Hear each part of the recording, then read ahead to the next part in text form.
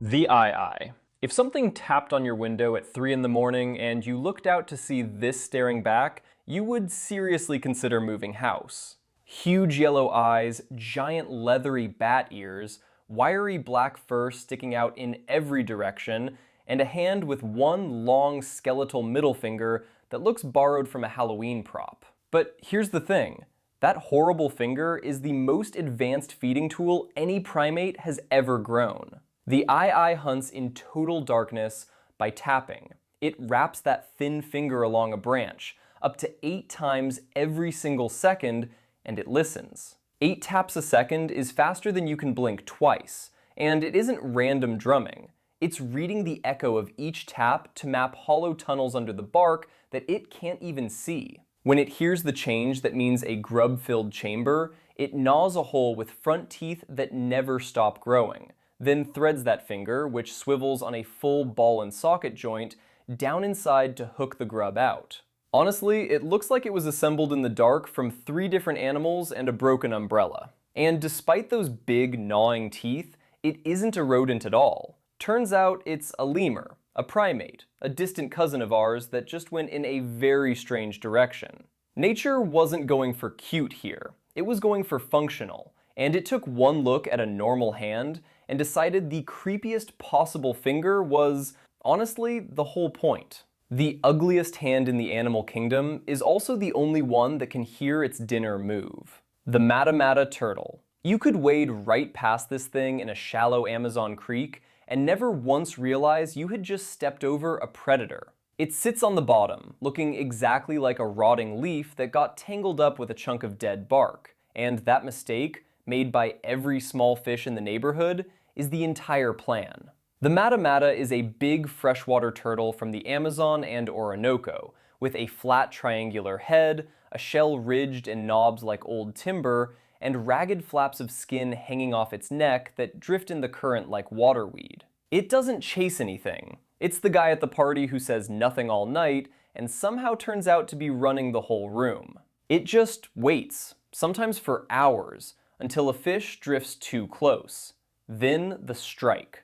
A fraction of a second, that's all it takes. The Matamata suddenly yanks open that huge mouth and drops the pressure inside its throat so fast that water, and whatever's floating in it, rushes straight in like a vacuum. It's called suction feeding, and the ugly frilly skin isn't decoration. It breaks up the turtle's outline and helps it feel the faint water movements of prey. People assume a slow, still bottom sitter has to be a harmless one. The stillness is the weapon. The thing looks like a bath mat that lost a fight and somehow won the war. And the last thing a lot of fish ever see is what they were sure was a dead leaf, suddenly opening. Hideous out here is just a costume the prey never sees coming. The Wels Catfish. Somewhere under a calm, muddy European river right now, there's a fish that can grow longer than the boat you would be standing in, and you would have no idea it was there until it moved. The wels is one of the biggest freshwater fish on the whole continent. Big ones push past 15 feet, and the oldest can live around 70 years. Picture a fish as long as a grown adult is tall, then keep going, past the height of a doorway, then picture the entire thing stretched to the length of a small car, and sliding silently under your rowboat. It has a broad, flat head, tiny, near-useless eyes, and a wide mouth like a drawer sliding open, the whole animal wrapped in a thick coat of slime. And here's the wild part. It hunts in water so black and churned up that eyes are pointless, so it barely bothers with them. Instead, its entire body is coated in taste buds. Not just the mouth, the whole fish, with something like 25 of them crammed into a single square millimeter along its whiskers. People literally call it a swimming tongue. It can taste a trace of a wounded fish leaking into the water from across a pool, and it can follow the invisible wake another fish left behind seconds earlier. Basically, it can taste you thinking about getting into the water. It's a 15-foot tongue with serious trust issues. If you're into the kind of animals nature clearly built on a dare, I post new deep dives like this one all the time, and subscribing really helps me out. Thanks. The Proboscis Monkey. Deep in the mangroves of Borneo lives a monkey that looks like it got frozen permanently halfway through a sneeze. The males grow a soft, fleshy nose so big it flops down past the mouth. So big, the monkey has to physically shove it out of the way to eat. Your first reaction is that this has to be a mistake. Some pointless, droopy flap the poor thing just got stuck with. It's the exact opposite. That nose is the whole reason a male gets to reproduce at all. Picture a 7-inch nose hanging off your own face, long enough to hang over your mouth. And now imagine it also happens to be your personal loudspeaker. Because that's basically what it does. The oversized nasal chamber works like a built-in megaphone. It deepens and amplifies the male's honking call so it booms through dense forest. And the exact size of the nose shapes the exact sound that comes out. Nature handed this monkey a nose so big it more or less became load-bearing. And here's where it gets good. Turns out the females are listening to those honks and choosing mates by them. Because a bigger nose means a deeper call and a heftier body standing behind it. So a female can size up a male she can't even see yet. Researchers went out, measured the noses, measured who was actually fathering the babies, and had to quietly accept that the goofy honk tube genuinely works. So the ugliness here isn't an accident either. It's an advertisement.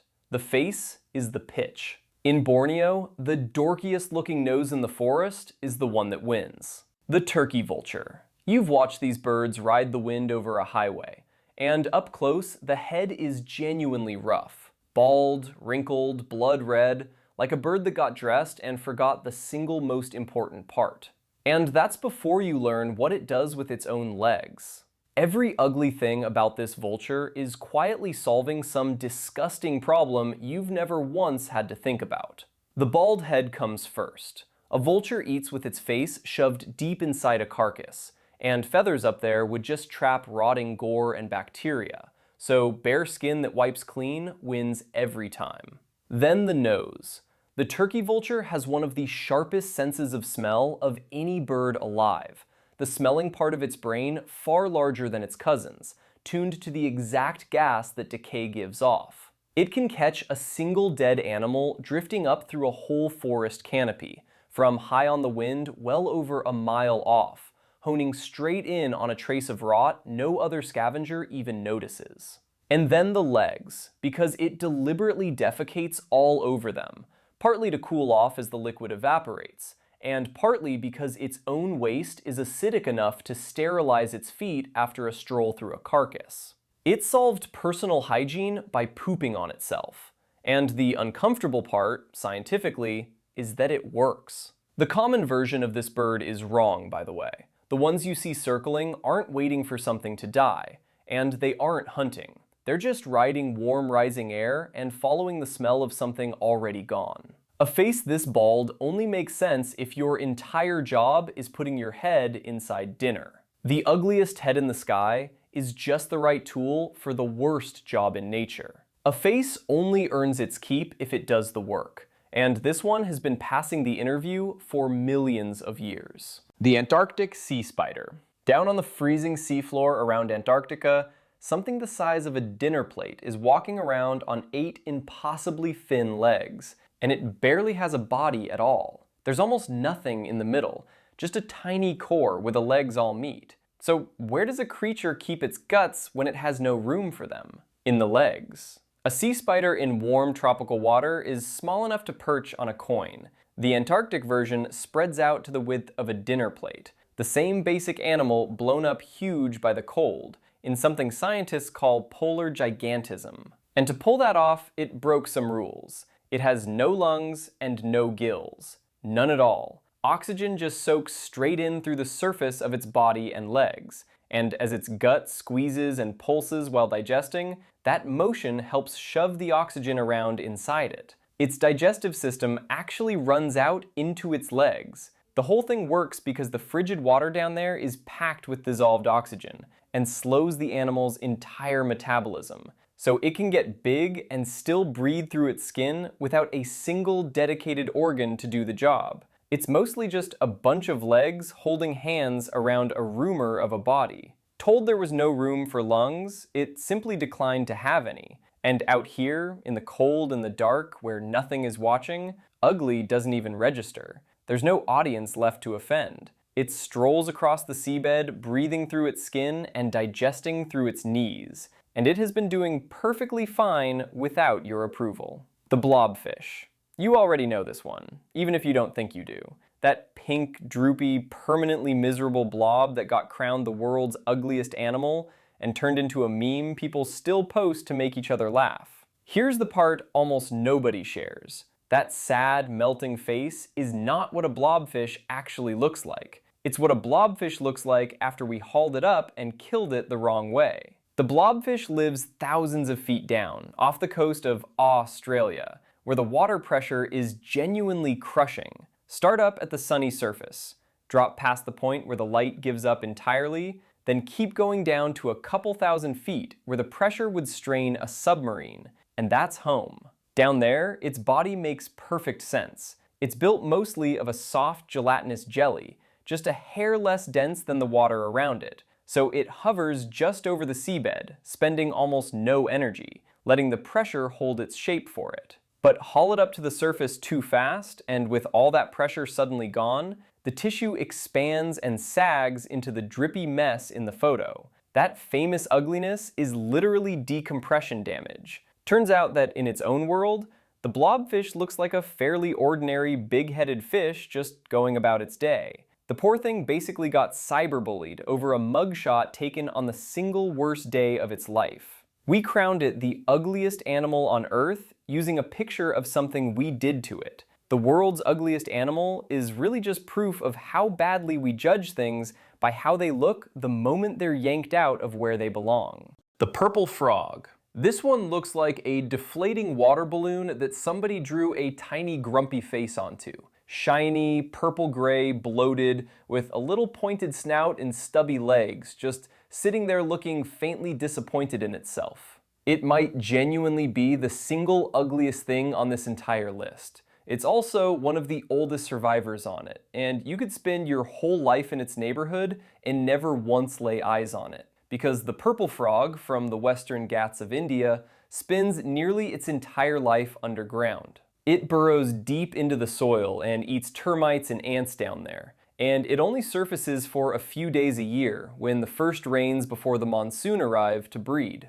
Now, here's the part that reframes the whole face. This frog's lineage goes back around 120 million years. That's older than the Himalayas it lives beside. It's so ancient that its closest living relatives ended up stranded on islands out in the Indian Ocean when the continents themselves drifted apart, back when India was still part of an old supercontinent. Its entire survival strategy is refusing to be seen, which, given the face, is honestly pretty fair. It has looked pretty much exactly like this for 100 million years, and never once considered a redesign. And that right there is the thing about every animal on this list. Ugly is a review, not a blueprint. The ugliest thing here has been quietly passing every test that actually matters since long before the dinosaurs died out. The face was never the problem. It was the resume. Every one of these animals got called ugly by us. This one was already built exactly right so long ago that it stopped needing our vote 100 million years back. If you made it all the way to the end here, you're my kind of person, and I post new animal deep dives just like this one every single week. Hit subscribe, and I'll see you in the next one. Thanks for watching.